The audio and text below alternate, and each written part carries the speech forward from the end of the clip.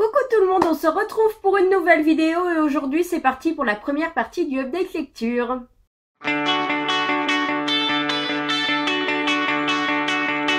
Alors première partie comme je vous l'ai expliqué justement lors de la dernière vidéo, tout simplement parce que je n'ai pas fait de point fin décembre et que depuis début janvier j'ai un très bon rythme de lecture, voilà j'ai tendance à enchaîner les livres. Donc c'est vrai que ça risque de faire une trop longue vidéo, j'en suis consciente.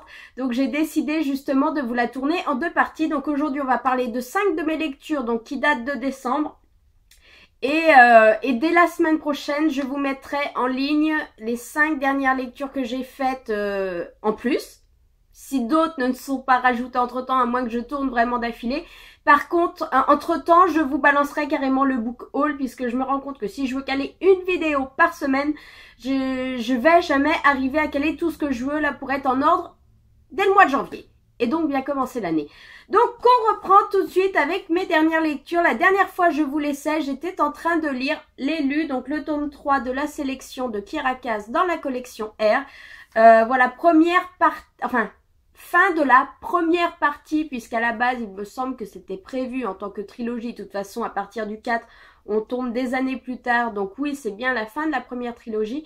J'avais hâte de finir la série, mais si je ne l'avais pas, enfin d'avancer au moins dans la fin de cette première trilogie. Si je l'avais pas fait avant, c'est tout simplement puisque je me suis fait spoiler la fin de ce tome. Ça m'a gavé, voilà, surtout qu'au début j'avais bien géré, c'est vrai que j'avais réussi à ne pas me faire spoiler, je fermais mes oreilles dès qu'on parlait de ce livre, je zappais les parties de vidéos que je regardais où on en parlait, voilà, pour pas me faire spoiler. J'avais réussi à passer la sortie du 4 sans savoir comment ça se finissait. Et j'avais même pas zioté les résumés parce que je pense que c'était balancé dès la première ligne et malheureusement il y a moins d'un an je me suis fait spoiler. Donc voilà, j'étais motivée donc forcément plus ou moins pour découvrir ce troisième tome. Surtout que j'avais été un petit peu frustrée avec le tome 2 que j'avais pourtant beaucoup aimé. Mais j'avais trouvé que clairement je m'attendais à ce qu'on élimine beaucoup plus de filles. Voilà, qu'on arrive au final à attaquer ce troisième tome avec juste les deux finalistes et que là on suive tout un espèce de match entre les deux avant d'avoir la grande gagnante. Et ce n'était pas le cas. Donc voilà aussi pourquoi j'avais attendu pour le lire. Je l'ai lu en LC avec Émilie et encore une fois je me suis éparpillée, ce qui fait qu'elle l'avait fini. Moi que j'ai lu même le quart je crois. Bref. Le bilan c'est que je n'ai pas aimé, simplement j'attendais pas du tout ça. America m'a extrêmement énervée. J'avais de grandes idées puisque voilà, je ne suis pas du tout team Maxon depuis le premier, je suis à fond team Aspen. Donc c'est aussi pour ça que je crois que je l'avais pas lu, c'est que j'avais peur de la façon dont ça risquait éventuellement de finir. J'avais une chance sur 2 pour être bon et l'autre être foiré quoi. Et voilà, et en fait, il m'a un peu déçu ce tome. J'ai trouvé qu'on n'avançait pas vraiment, qu'America s'apitoyait quand même assez sur elle. Elle est moins chiante que dans le tome 2, mais voilà, le début de ce tome 3, j'ai trouvé quand même hyper saoulante, quoi. Et ça s'est amélioré sur la fin, je vais pas vous dire le contraire, la fin est quand même beaucoup mieux passée pour moi. Maintenant, je reste quand même moyennement emballée par ce troisième tome, même s'il n'est pas, comme je vous dis, totalement foiré. Je lui mettrais, je sais pas, un 15, un 16, mais voilà, il m'a manqué. Même, c'est pas question du choix final ou quoi que ce soit, ça rentre même pas en ligne de compte, mais c'est la façon dont ça a été mené, le caractère des personnages, leur avancée, voilà, j'ai trouvé qu'America, elle se compliquait beaucoup la vie pour pas grand chose. Elle aurait fait les choses claires, nettes et précises à un moment de temps. Ça aurait évité mes 10 000 problèmes par derrière. Et c'est le genre de choses qui m'a un peu agacée et qui donc a fait que je suis pas totalement emballée par ma lecture. Même si, alors, je la trouve canon de chez canon, cette couverture. Ensuite, il y a eu Montreuil, donc forcément je suis rentrée et j'avais vraiment envie de découvrir le dernier tome de la série d'Emily, donc là le troisième Did I Mention and Miss You d'Estelle Mascamé, non pas Mascam comme je l'ai toujours dit. Voilà, finalement je l'ai pas rencontré à Montreuil, j'avais trop la flemme, on a trop fait la queue pour Rebecca Donovan, donc j'avais la flemme après de refaire une queue énormissime pour faire dédicacer un livre. Mais en rentrant, j'avais envie de voilà découvrir comment se finissait l'histoire pour Ardyn. Pas du tout, mais non, Ardyn c'est After. Pour Eden et Tyler. Voilà. À force, on les mélange tous. Hein. C'est toujours le même fond d'histoire, même si ça change sur les détails. Mais voilà, bref. Ce dernier tome... Là, on en a quand même bavé déjà avec eux dans les 2 premiers tomes. Moi, je sais que la fameuse Eden, là, le tome 2, elle m'a... Ah, j'avais envie de la buter, mais toutes les 2 pages. Et c'est vrai que j'avais hâte de voir comment les choses se finissaient avec ce 3e tome. J'ai été sceptique au début, et sans appréhender ni rien, mais quand j'ai vu comment les choses se mettaient, je me suis dit, mais on va encore en chier tout du livre, quoi. Et je me suis demandé sur vraiment quoi l'auteur allait se focaliser.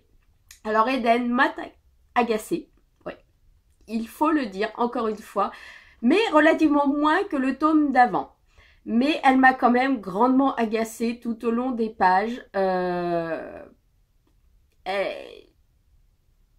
sais pas, je la trouve pas en décalage, mais voilà, elle est chiante quoi, elle est tout le temps en train de tiquer pour des détails, il y a des choses, elle est pas contente, on comprend pourquoi, là je suis totalement d'accord avec son attitude, mais il y a d'autres moments je la trouve chiante sans raison, alors qu'à côté de ça, encore une fois, Tyler m'a vraiment... J'ai adoré son évolution. Déjà dans le 2, j'avais beaucoup aimé l'évolution qu'il avait, même si on était justement dans un cheminement. Mais alors là, en plus, on atterrit 1 année ou 2 ans plus tard, je sais plus, après la fin du tome 2. Et on voit vraiment que c'est quelqu'un qui a évolué. Mais alors, faut voir, mais à quel niveau? En même temps, on partait tellement bas qu'il pouvait forcément qu'évoluer très haut. Mais j'ai totalement adoré le personnage, que ce soit dans ses attitudes, dans ses actions. Voilà, lui, j'ai kiffé à mort. Elle, j'ai beaucoup moins kiffé. Mais l'ensemble, j'ai quand même été très satisfaite. Enfin, j'ai été satisfaite de ce dernier tome. Voilà, elle aurait eu une attitude un peu moins agaçante, moins cruchotte, moins pinailleuse. Ça serait passé beaucoup mieux. Mais là, elle l'était un peu trop à mon goût. Donc voilà, je reste quand même un petit peu... il me manquait un petit truc pour que ce soit parfait et le petit truc c'était vraiment l'avancée de la demoiselle, je pense. Voilà. Ensuite j'ai sorti un livre qui m'intriguait énormément puisque j'ai sorti 1000 baisers pour un garçon de Tilly Cole.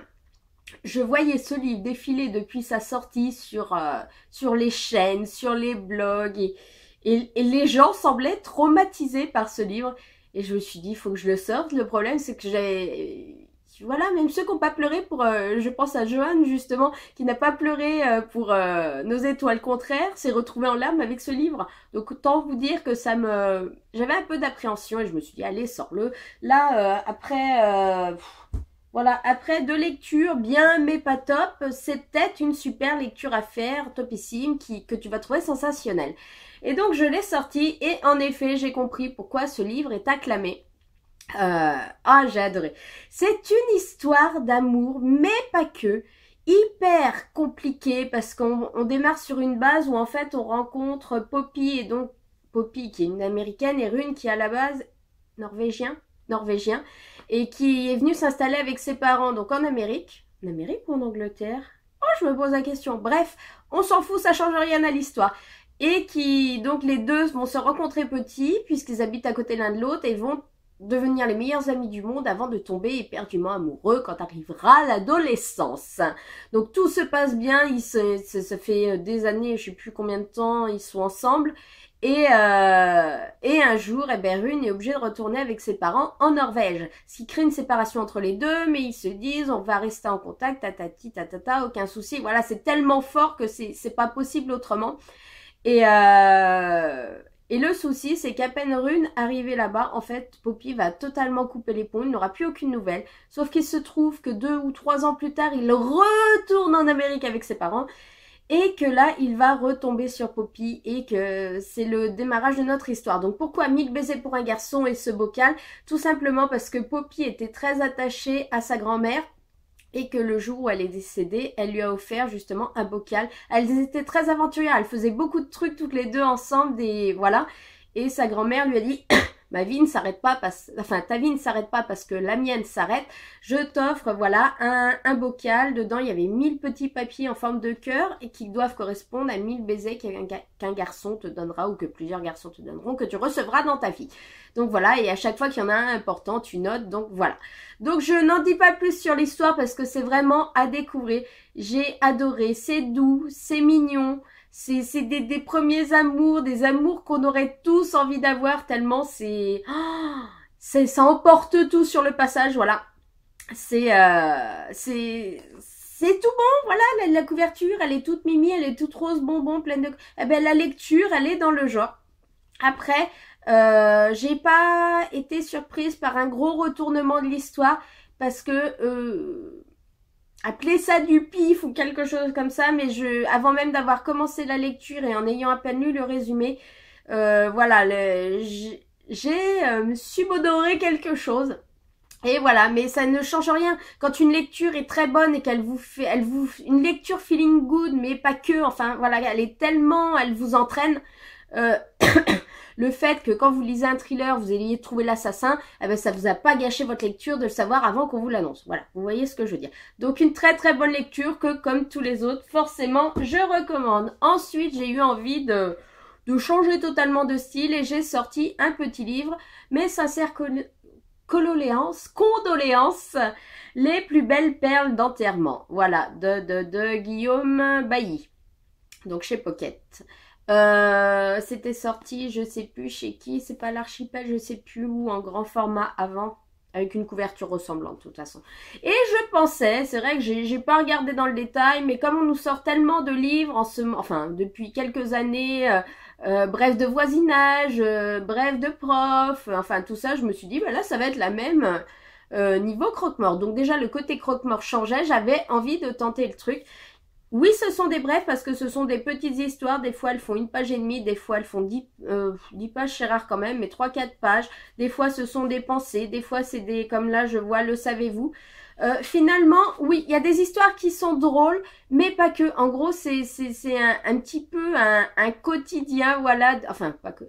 Quotidien hors norme d'un croque-mort. Voilà, les situations des fois un peu bizarres, les trucs illogiques, l'attitude que les gens ont quand ils apprennent que voilà, vous travaillez aux pompes funèbres, eh ben ça change tout au quotidien, même dans votre privé, dans la vie, l'attitude des gens n'est plus la même, voilà. Et il y a aussi des histoires très rigolotes et il y a des improbables et voilà, ça m'a fait passer un bon moment puisque comme je vous dis, le fait que ce soit présenté en petite brève, voilà, là je vois ça fait 1 page à peine plus.